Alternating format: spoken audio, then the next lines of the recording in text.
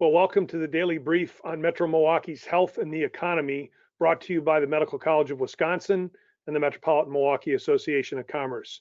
I'm Tim Sheehy, MMAC president, and I'm joined by my co-host, Dr. John Raymond.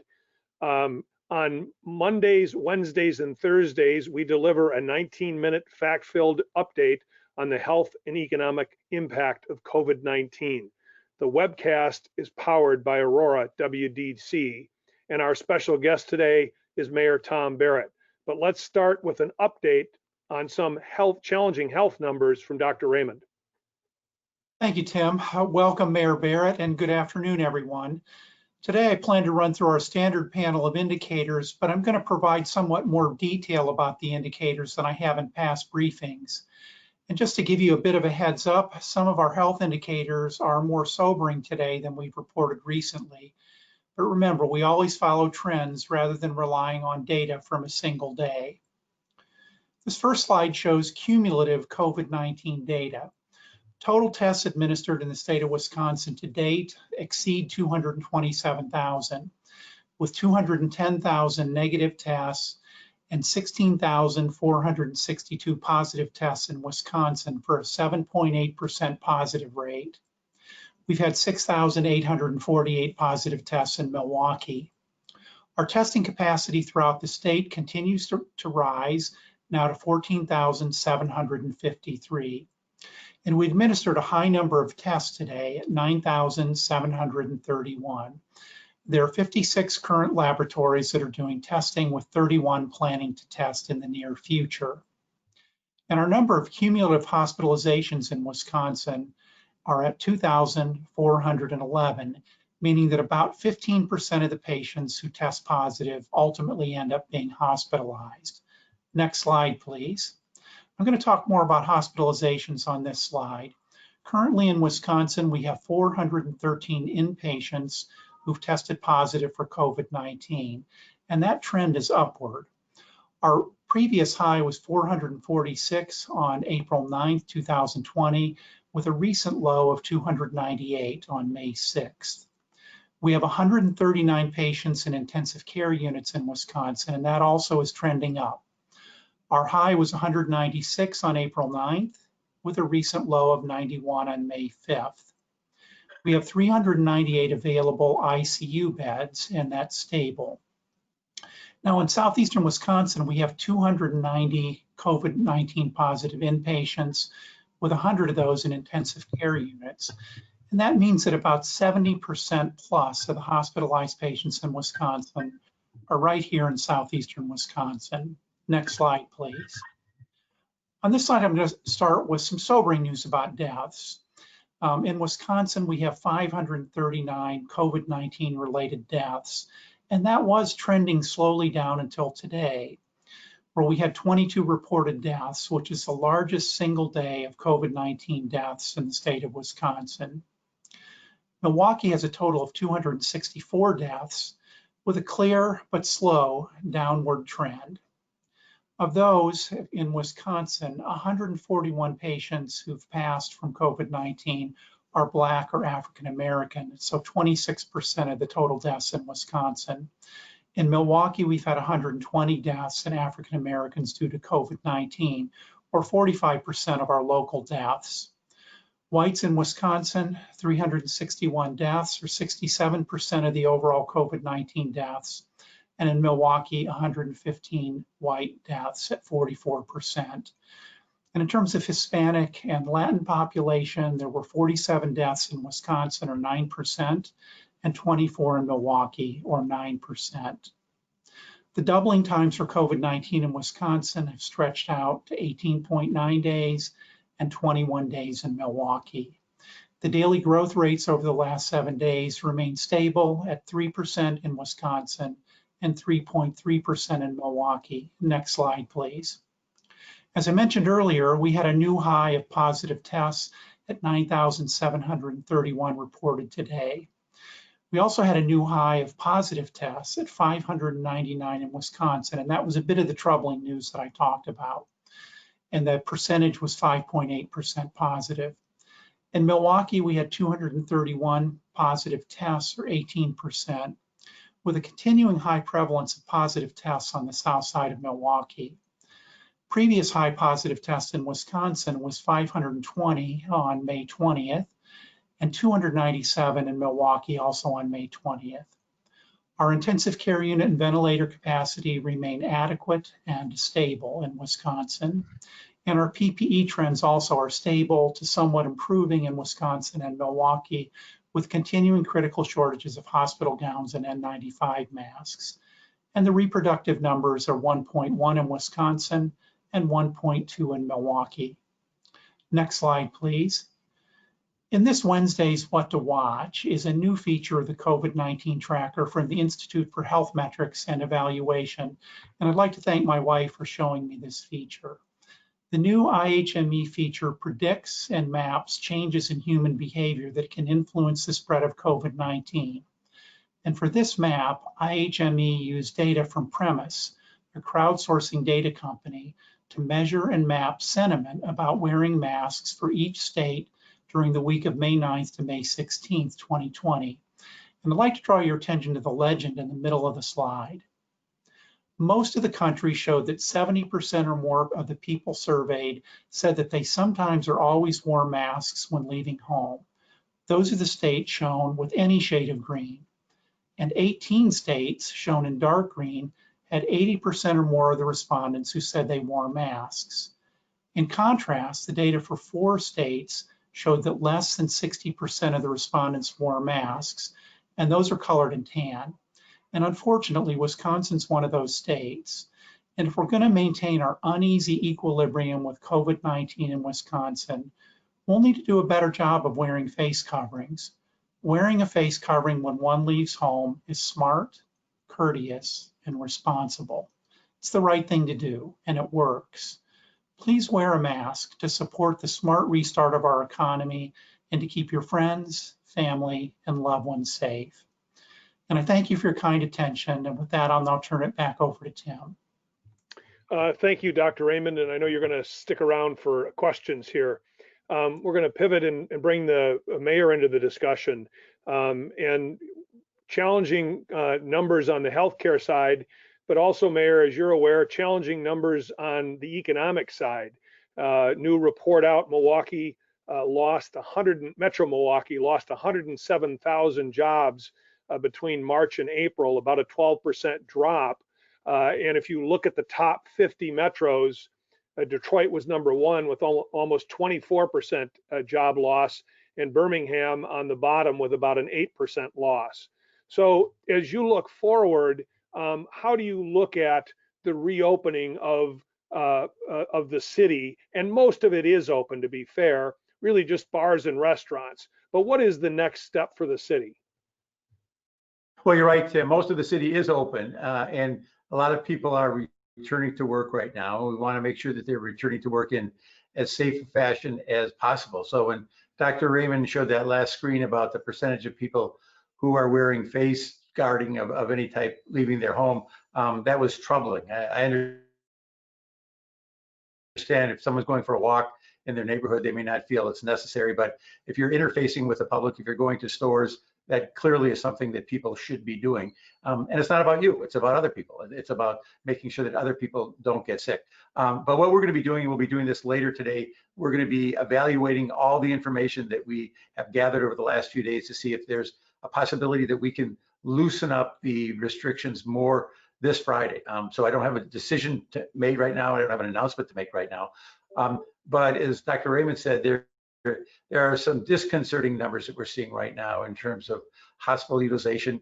We still have some issues with testing, quite honestly, and a lot more people are getting tested, but we've had some challenges in getting the test results back to individuals. And I'll be working with the governor's office tonight, the National Guard. We're delighted that they're here. We want to see how we can streamline that process. So we're looking at ways to take steps to, again, give people the freedom that they want to have and give them the opportunity to return to normal life. But as you've noted several times, a lot of the downturn we've seen in the economy hasn't been attributable to government actions. It's that there are a lot of people who are afraid, and there are a lot of people who have significantly changed their behavior. And when you look at the statistics as to who's being affected by this, Clearly, older people have the most negative reactions, and so I'm assuming among older people, you're going to see a lot fewer older people going out and about because of their concerns. I think what we have seen again in Milwaukee, and Dr. Raymond has talked about this, we've seen a marked change in what is now the largest group of people who are testing positive, and that's essentially the 30 to 50 range, where initially it was more the 50 to 60 range. So that has been a significant change. And there's a lot of people in that age group who are invincible, and they don't feel like that's going to have an impact on them. And they might be right, but they may have parents or grandparents that it could have an impact on. Again, you know, an observation as we go forward, and this is going to be with us for some time, as restaurants and other places open up, you begin to see how they set up their facilities. And if people don't feel safe, they're not going to come to them. And so is this kind of, and I'm not asking you to kind of jump the gun on any announcement, but that's clearly part of moving forward with the city, is making sure that people understand how to operate safely. And if they do, then they're going to get frequented by customers. And if they don't, no matter what you do, open or closed, it's still going to be challenging.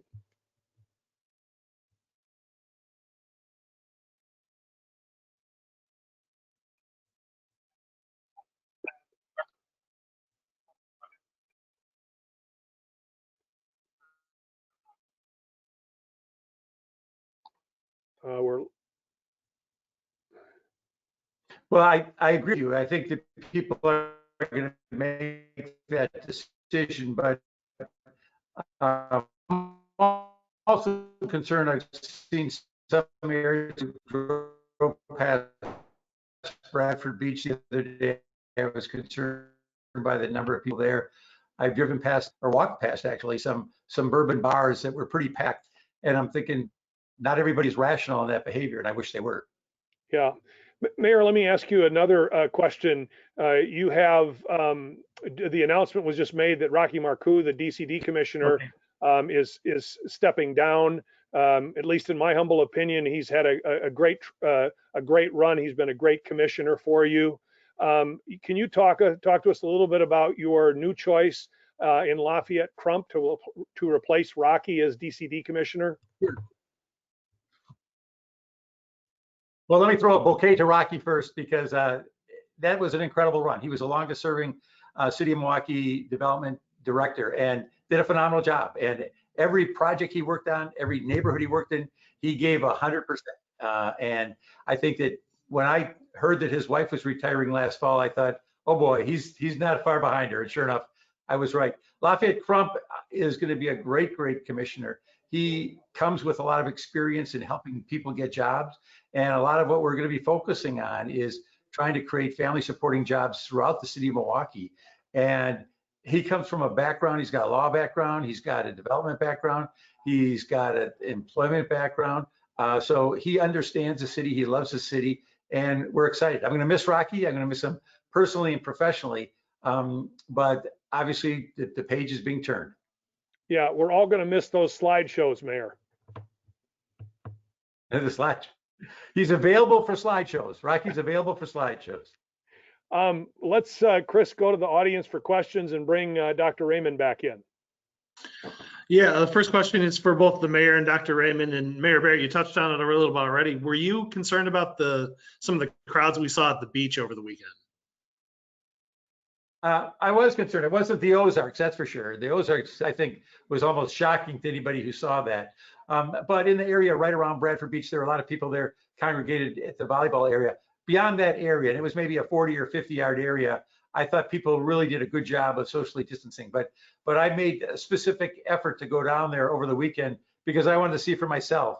And again, by and large, I was pleased. There was one area in particular, and we'll be talking to the county and the sheriff's department about that to make sure that those individuals don't ruin it for everybody. That's the worst thing that can happen. If you get a small group of people who decide they're just going to be defiant and they ruin it for everybody, I don't think anybody wants to see that.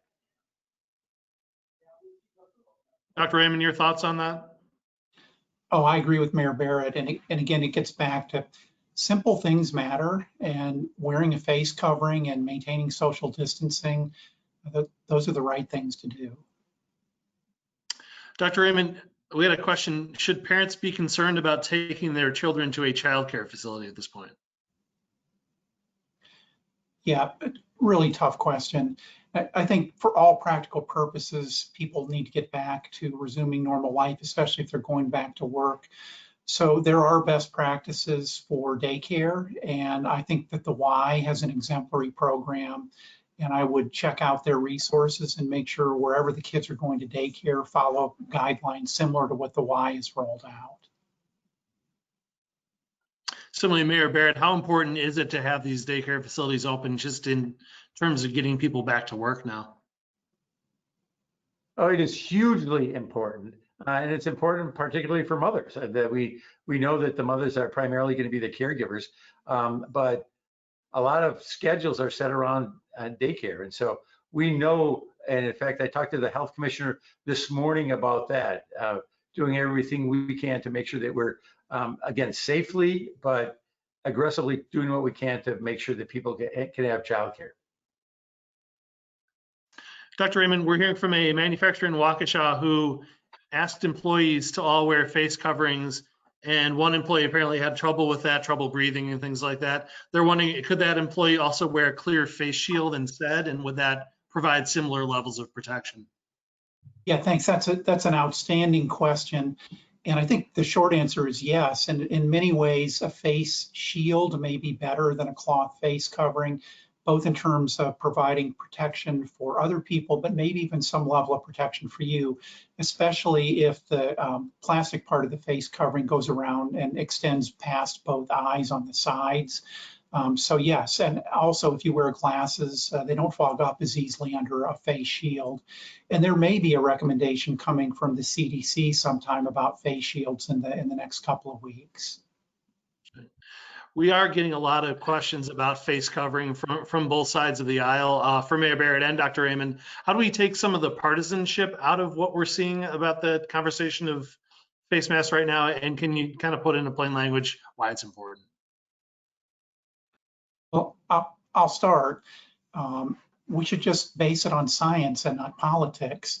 And it's very clear that you reduce the spread of droplets when you talk, cough, or sneeze by having a simple cloth face covering over your mouth and nose.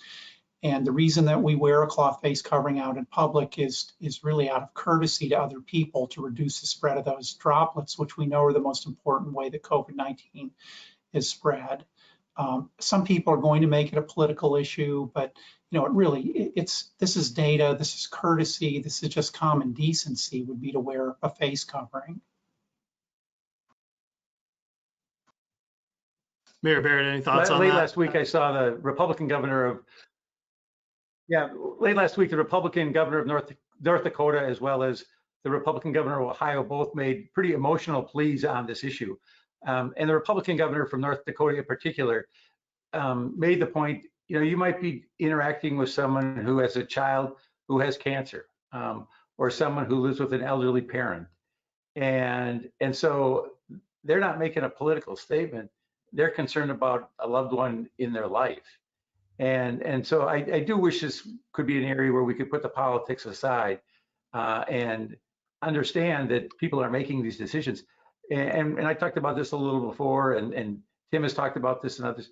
There are some people that are really afraid. They're afraid. And I don't think it behooves anybody to belittle people who are afraid or are concerned. I think as decent people, we should be respectful of that. Great. Thanks to you both, and thanks to everybody who asked a question today. Mayor, maybe one last question. Any update on the DNC? It certainly seems like if we're going to have one here, it is going to be a smaller footprint. Well, I can tell you, I talked to Tom Perez yesterday afternoon. He is the chairman of the Democratic National Party. He's still very interested in being in Milwaukee. He made it clear. He called me and said, we are going to be nominating Joe Biden as our candidate. We are going to do that in Milwaukee. And there has been some people have said, well, just throw in the towel and ask for 2024. The way I've described that, and Tim, you know this because you were involved in it, for us to get the convention, it was a lot like playing an entire NBA season. It was incredibly competitive. We put a lot of money into raising money and getting loan guarantees and getting hotel rooms and venues. And I'm very proud we won that competition.